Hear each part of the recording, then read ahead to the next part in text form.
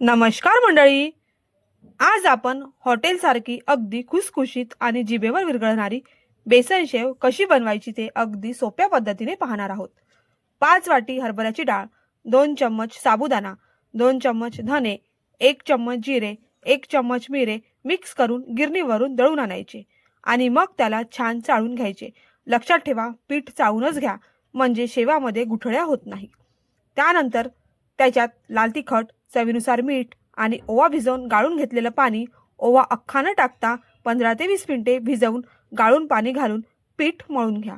पीठ जास्त घट्टही नको आणि जास्त सैलही नको. आता शेवच्या साच्याला आतून तेल लावून पिठाचा गोळा त्यात भरा. दुसरीकडे तेल तापायला ठेवा. सावकाश गोलाकार फिरवत गरम तेलात शेव सोडा. गॅसची फ्लेम मध्यम ठेवा. तेलाचे बुडबुडे कमी झाले की शेव उलटून दुसऱ्या बाजूनेही तळून घ्या.